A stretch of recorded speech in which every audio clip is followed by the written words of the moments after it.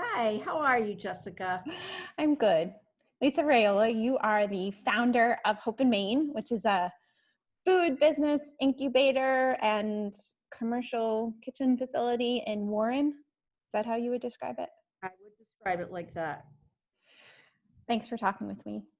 And thanks for having me. I really appreciate it. I'm a big fan, as you know, of your Coronacast. It's a bright light these days when we're all looking for that. Yeah, well, I'm a big fan of yours, so it's mutual. So tell me, how are you? How has this been going? What's the experience been like? How are you feeling about things? Uh, you know, I probably would have given a little bit of a different answer a week ago. And,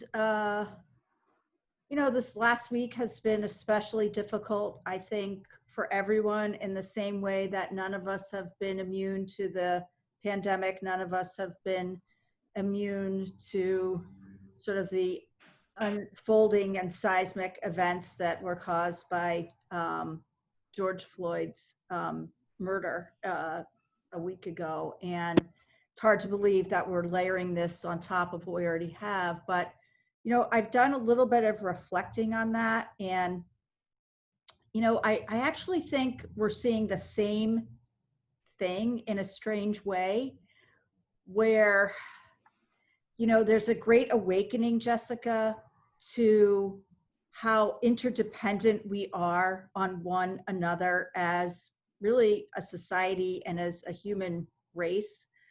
And that great awakening came with COVID, where we understood that uh, college students partying on Daytona Beach could have an effect on somebody's grandmother in a nursing home in Cranston, Rhode Island, right? And we also, see that for the same reasons we had to stay inside to protect each other's health, we've been drawn outside to protect each other's rights. We are interdependent. And I feel that that's what we are, what's sort of coming into our collective consciousness more and more with the rolling tide of what seemed like sort of tragedy upon tragedy, just because we have so many, structural and social deficiencies to deal with this. But we are being forced to do very hard work right now. We have to do the hard work of wearing masks and, getting social distancing and trying to open businesses with barriers. And at the same time, we have to do the hard work of, being anti-racist. It's not good enough to just care. You have to act. And so that's exhausting because, there's years and decades, and in some cases centuries, of things that needed to be repaired. So, now we're just having to do it all in like a couple of weeks. And I think it's just been an exhausting, but also this sort of awakening moment where there's been a lot to process. So I know that's a long answer, but I knew you were going to ask that question. So I really tried to Oh, reflect on it. no, I think that's a great answer. And it's actually, I think, a very tight summary of things. So thank you. Can I ask, not to shift gears, but just to put things in context too, what for your business members at Hope in Maine, what the impact has been of the coronavirus in particular? Coronavirus. So when everything started to shut down in March, I think we were really at ground zero of that, feeling the effects of canceled events and markets and so on, where so many of our members are dependent on channels that were really cratering, whether it was, events that they were planning to attend and cater or sell products, or distribution channels that and food supply channels had totally cratered. So into the, into food service, those channels collapsed. So we felt that very, very early on, for our member businesses. And we have 93 businesses that have their licenses attached to Hope and Main right now. So frankly, if we shut down, and at that time period, those people wouldn't have been able to produce their product or deliver their service. So we were pretty determined for that not to happen. So a couple of things happened. We very quickly pivoted into helping our members get into alternative distribution channels, particularly direct to consumer, which has been great. So things like What's Good, it's an app that you can just download onto your little machine here, and you can directly order lots and lots of products, from local products and local produce from farms and fishers and purveyors and makers, and many Hope and Main makers are now on there. And so we got as many as we could into that channel, into the Farm Fresh direct to consumer channel, into other, ways of getting onto someone's doorstep, which is not what our members have been used to doing. But they have been really successful because people are there looking for products like that. I think we're seeing this big loyal to local movement, which has just amplified. What I keep saying is that COVID has created this sort of urgent food future. It's invited the future onto our front porch, where trends that were sort of slowly rolling have accelerated exponentially, and direct to consumer is one of them, and e-commerce. So many of our members were able to do that. And then we created a grocery pickup point here. In fact, it's tonight, and it would start out maybe 6 bags of groceries, and now it's, I don't know, it could be 60 bags of groceries. So people are coming here for that. We started a What's Local Wednesday here. So you could have a pop-up, and you could, serve out of your food trailer or your food truck, or right out of our facility. And so for our members, getting them directly in front of the eater was important. And it was at a time when people were looking for alternative channels because of COVID and not wanting to go into a retail location and expose themselves, but also because they wanted to support what's local. And that's what we're about. So that was one huge thing that we did very, very quickly. And it has really paid off for so many of our members. Some of them have seen the biggest surge that they've ever seen in their products, which is fantastic. Yeah. I think in the same way that you said people are realizing we're interconnected, I think people are also realizing, how their actions impact what's right outside their front door, and the responsibility we all have to support people and businesses and activists and whoever, our neighbors. Right. And so it's kind of like this, for small business, I've been calling it a Noah's Ark moment, where the Ark is sailing, and there are some companies that got on the Ark, but there's little, maybe salsa companies or tattoo parlors that maybe can't get on that Ark, and they need some additional resource because they are just treading water right now. And that's what we're here for. That's what I think local consumers are understanding, and why we're going to see this movement toward regionalization, greater regionalization of sustainable food systems that are more locally supported. And if we don't do that, what is small will perish in this moment. It's such a fragile time for small business. So we have to recognize that, and back to my point of interdependence, say, these local businesses don't thrive on consumers in China. They thrive on consumers in Rhode Island. And we are hoping that message is really resonating right now, especially. And I think it is. Yeah, I think so too.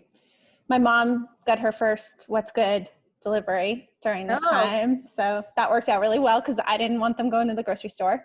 So see, it's perfect, and now like you're not going to go. So here's, this is kombucha that's made at Hope in Maine.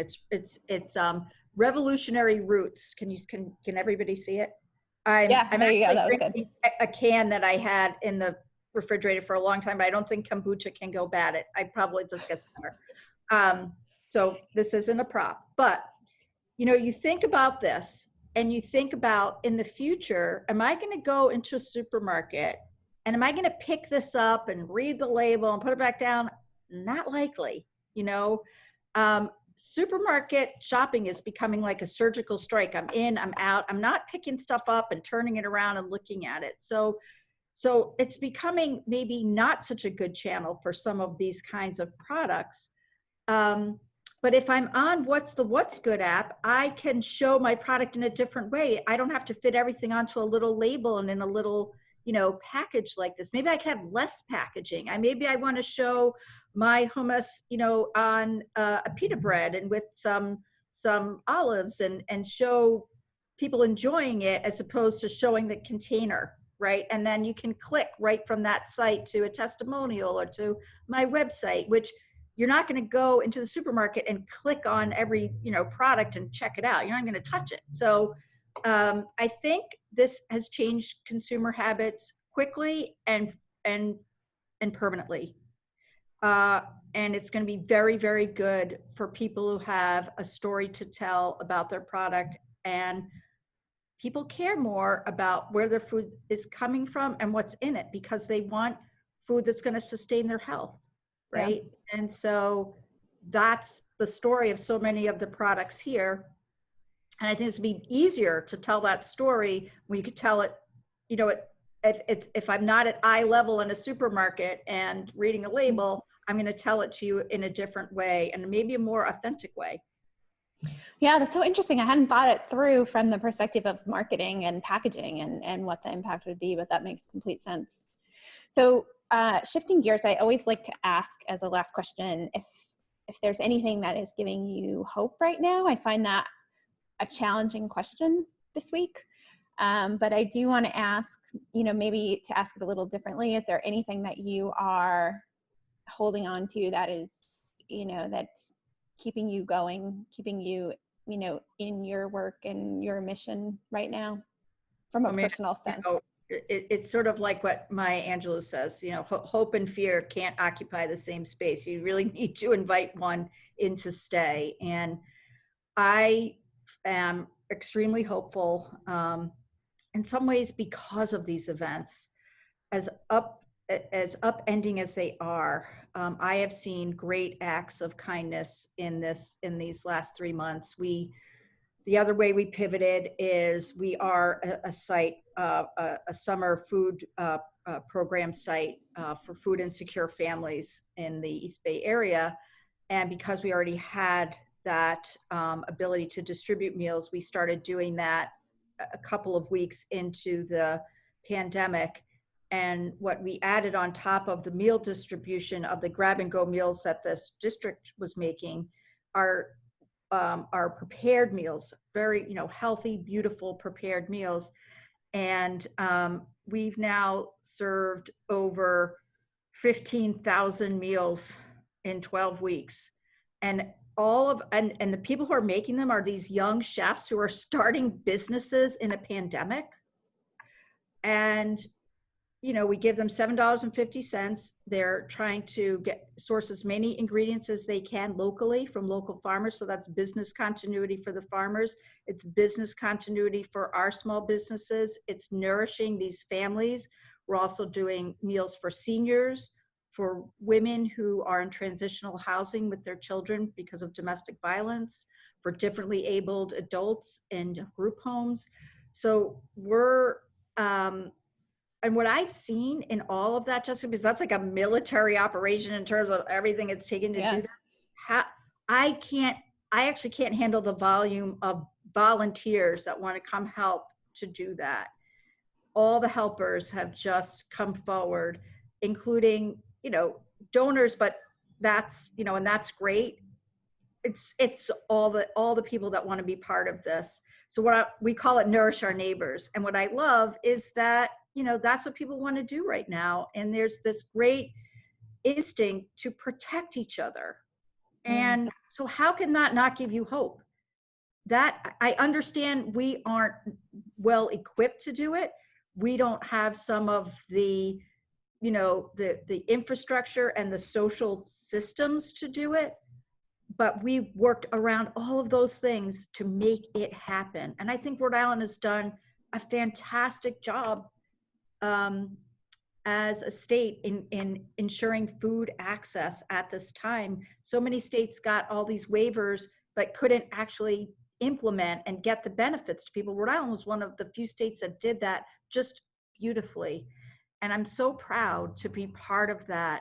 And it gives me hope because I think that is here to stay. These changes, and I don't want to go back to the old normal. I can't wait for the new next is what I'm calling it, because there's always going to be a new next. And we have to, we have to be able to have that agility to always be evolving to meet the moment. And increasingly that moment means taking care of each other. And that has to give me hope. I like that. The new next. I borrow that. Well, thank you. Thanks for doing that, for all that you're doing, for making that happen.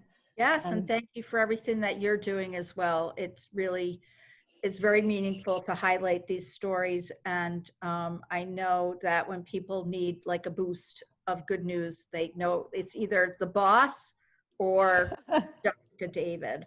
I'm doing some really deep cuts right now. Oh yeah, that's good company to be in. So I'll take that. Janie, Don't You Lose Heart. Oh, that's such a good one. I love it. I heard him do that live at Foxborough for the first time. That is worth turning up to maximum volume. And when I hear it, I always think of you. So yeah. All right. Don't lose heart. Don't lose heart, my friend. Do not.